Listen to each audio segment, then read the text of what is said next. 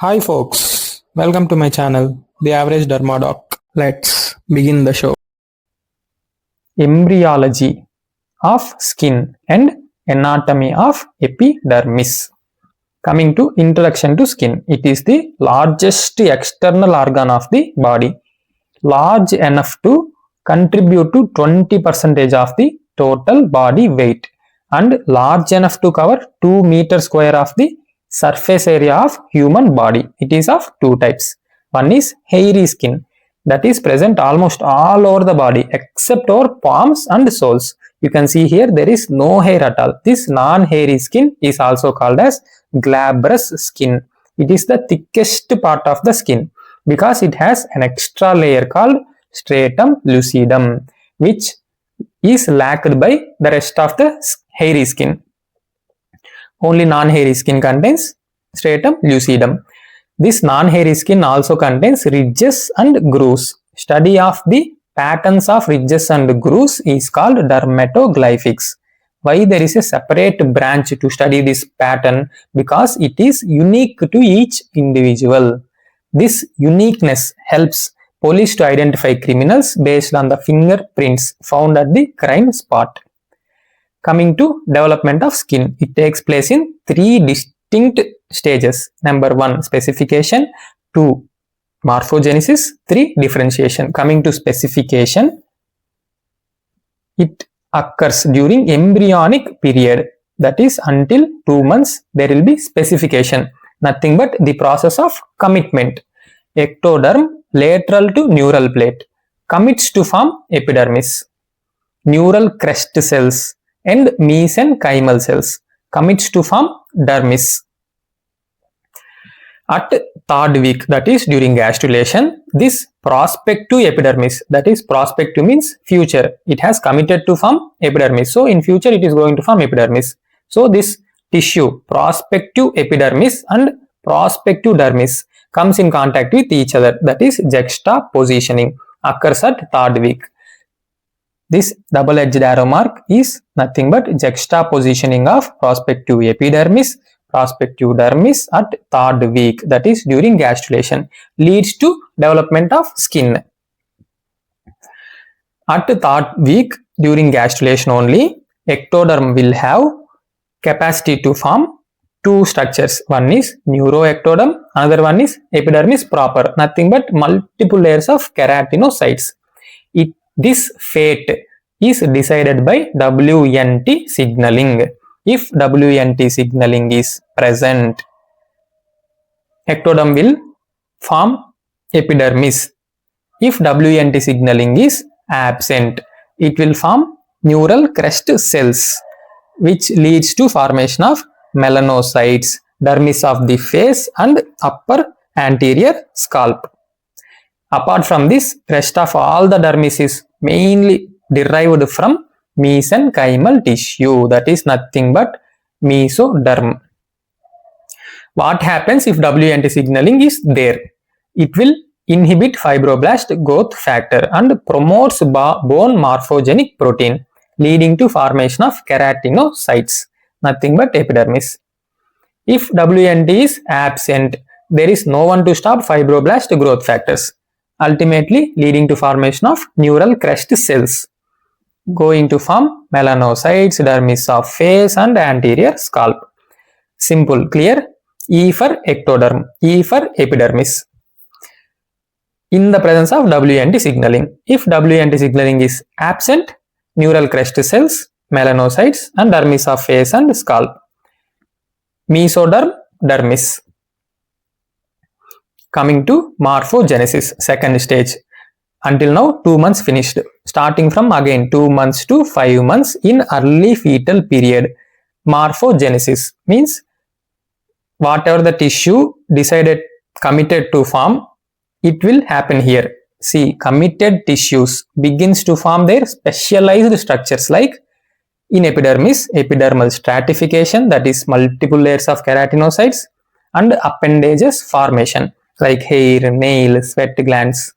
Subdivision between dermis, subcutis and vascular formation also occurs in morphogenesis. Then final stage, differentiation. Until now what we have seen, structures have formed, morphogenesis have finished.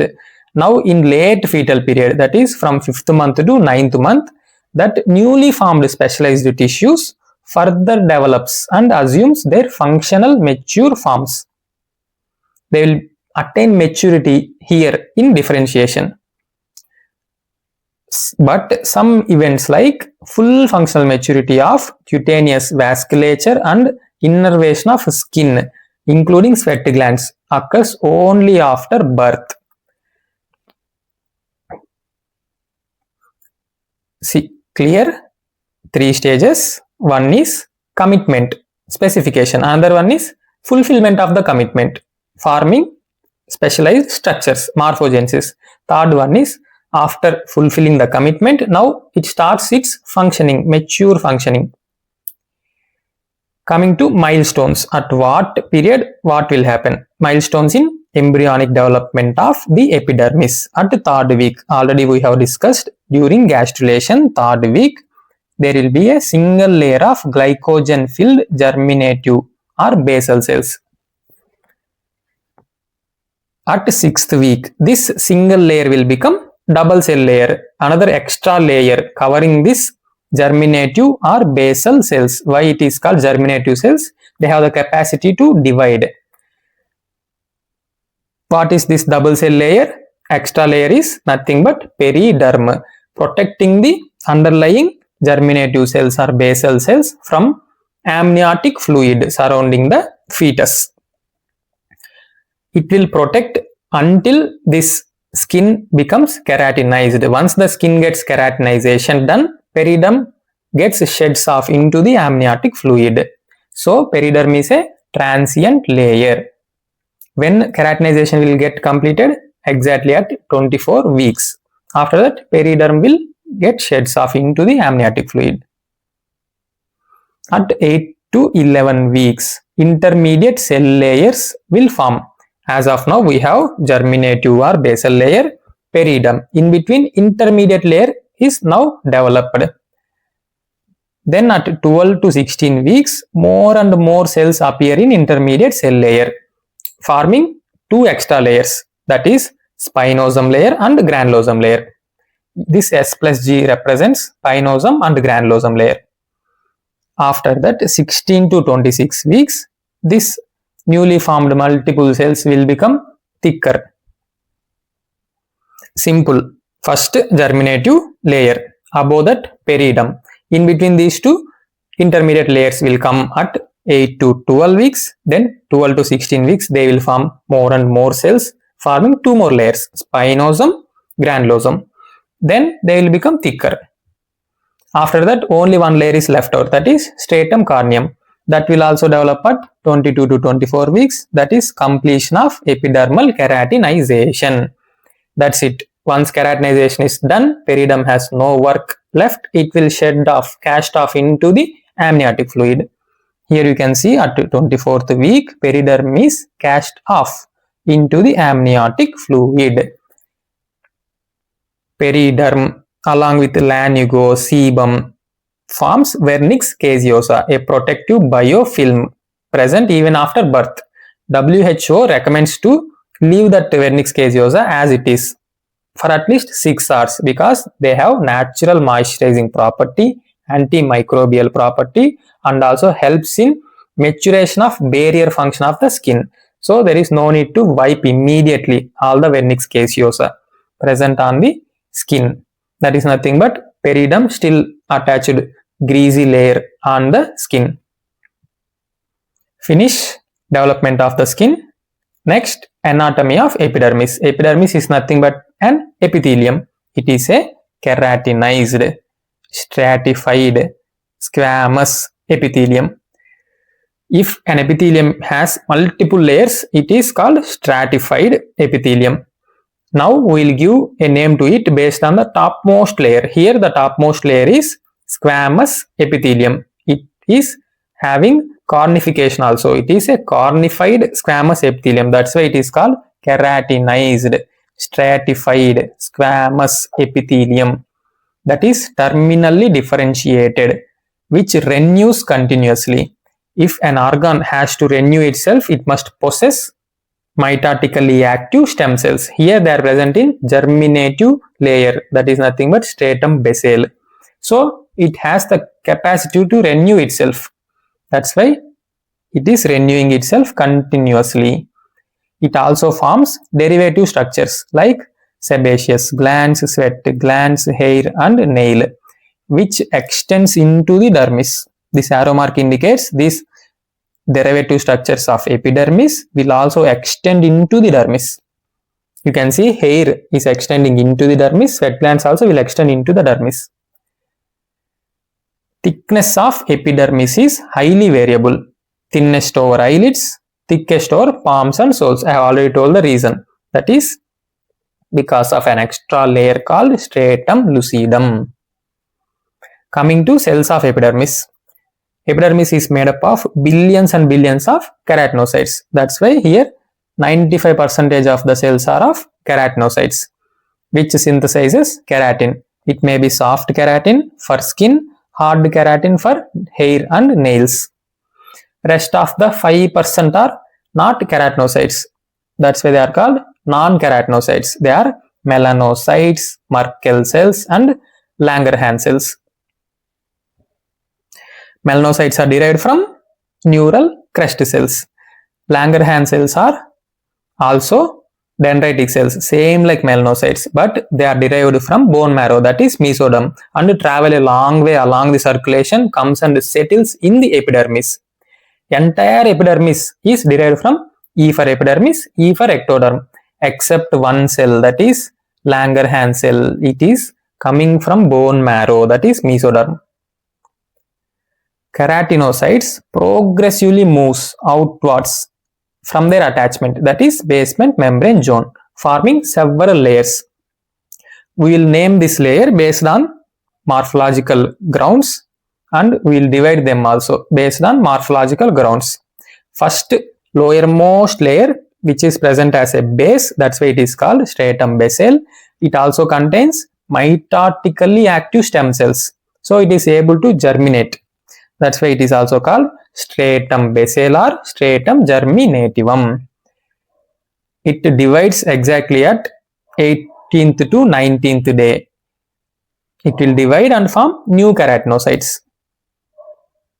Hence, stratum basale only forms all the other layer cells of epidermis. It is one cell thick except in hyperproliferative states and on glabrous skin.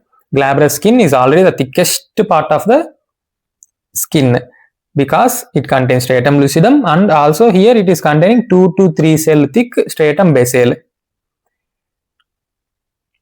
Stratum basale will have small cuboidal cells with large dark nuclei. If nuclei is present inside the cell, it indicates it is a live cell. Each cell, each keratinocyte, when it is moving away from the basement membrane zone, it will become large, flat and it will tend to lose its nuclei, going to die. So first layer is the contains small cuboidal cells. Next layers, when we go on to next layer, size increases and cell becomes flat, tends to lose nuclei and all other organelles and will become a flat dead cell called corneocyte ultimately. Here it is a live cell, so it will have nuclei and it has also have many organelles in dense cytoplasm like ribosomes, keratin intermediate filament, K514 and melanosomes. Here stratum basale contains keratin 514. Rest of all the layers, whatever it is, all the suprabasal layers contain keratin 110.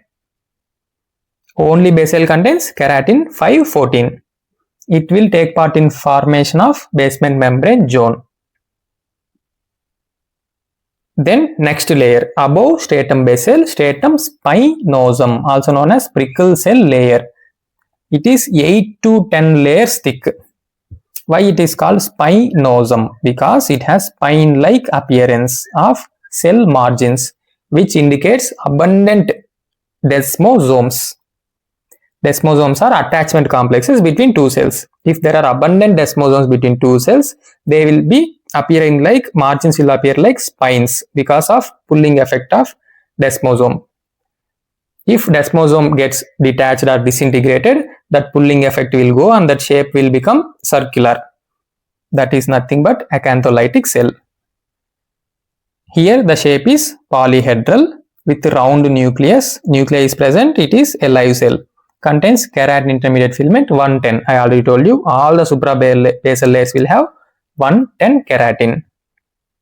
Uppermost layers are large. See here, cells are becoming large and more flat, having woodland bodies in their cytoplasm.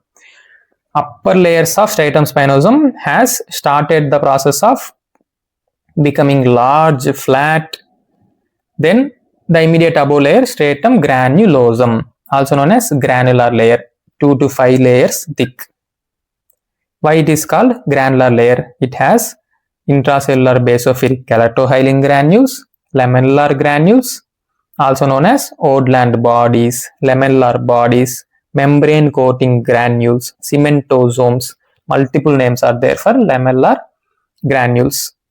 Here these cells are flattened cells appearing diamond or rhomboidal in shape. Woodland bodies are present in both upper layers of the stratum spinosum and stratum granulosum. Stratum lucidum. It is present only in glabrous skin. It is electrolucent layer, 2 to 5 cell thick, flattened anucleate cell. That is, it is a dead layer, anucleate cell. These are also called transition cells having E-leidin. E, alphabet E, L-E-I-D-I-N, E-leidin. It is a transparent lipid protein giving the property of translucency to this layer, and it also forms a effective barrier which is needed for these palms and soles. Most of the mechanical work is done by this skin only. Then stratum corneum, the topmost layer, based on which we have named this epidermis as stratified squamous epithelium. It is the dead outermost layer of skin which has 20 to 25 layers of cornified cells. So that's why they are called as corneocytes. These are the largest cells in the epidermis. That means this is the topmost layer. So cell has increased in size and became largest here. These are flattened enucleate cells. Already we have mentioned it is a dead layer. No nucleus at all. No granules at all. Only they have densely packed keratin intermediate filaments. They are aggregated together by filament aggregating protein called filaggrin. These corneocytes are also surrounded by lipids which are released from woodland bodies. Woodland bodies are present in both stratum granulosum and upper layers of stratum spinosum. These will release some lipids. Those will go and surround these corneocytes. Coming to contents of dermis, we have finished development of epidermis, contents of epidermis. Now coming to contents of dermis, dermis has rich blood supply. In contrast, epidermis is a avascular structure, no blood supply at all. Hence it has rich blood supply. It will contain cells like lymphocytes, fibroblasts, histiocytes, macrophages and mast cells. Structures or derivatives of dermis are matrix of polysaccharides and proteins like collagen, elastic fibers. Clear? Contains cells and derivative structures. Here this is cell fibroblast only producing proteins like collagen, elastic fibers. Remember the channel name. Don't forget to like, share and subscribe. Thank you. Hasta la vista. Das vidanya.